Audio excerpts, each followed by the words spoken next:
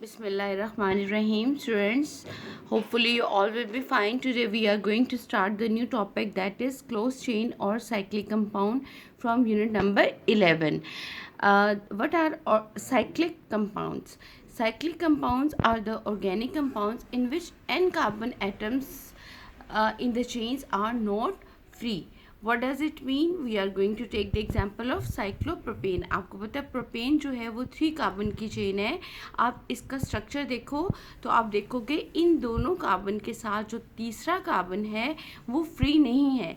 इसके एंड को एक और तीसरे कार्बन के साथ ज्वाइन किया गया. In this way they are forming the ring, so they are called cyclic compound. Cyclic compounds are further divided into two groups, homocyclic and heterocyclic. Homo mean same, तो homocyclic organic compound, cyclic compounds क्या होते हैं जिसके अंदर एक ही तरह के carbon जो होते हैं वो एटम्स होते हैं, और वो एटम्स कौन से हैं? Of course carbon with hydrogen.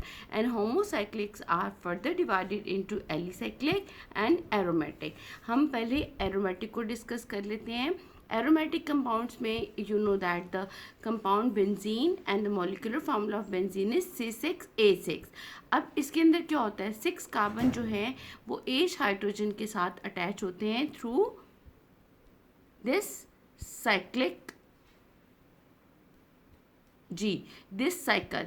और इसके अंदर जो है वो अल्टरनेटिंग डबल बॉन्ड होता है. किस तरीके से? अल्टरनेटिंग का क्या मतलब है? यहाँ पर double bond, single bond, double bond, single bond and then again double bond. और इनको एरोमेटिक इसलिए कहा जाता है बिकॉज ऑफ एरोमा और smell. Now quickly move towards alicyclic compound. Alicyclic compound क्या होते हैं? जिसके अंदर जो है वो बेंजीन रिंग यानी डबल बॉन्ड नहीं होता, अदरवाइज ये भी साइक्लिक ही कंपाउंड है. And the example of this kind of compounds are cyclobutane. Cyclobutane क्या है? 4 कार्बन की चेन है और आप देख सकते हो चारों कार्बन जो हैं they are forming the ring. Now we will discuss the heterocyclic compounds. Hetero mean different. तो ये ऐसे compounds होते हैं जिसमें कार्बन के अलावा एक या कोई और एक से ज़्यादा डिफरेंट जो है वो एटम्स भी अटैच होंगे. Suppose we are taking the example of this compound.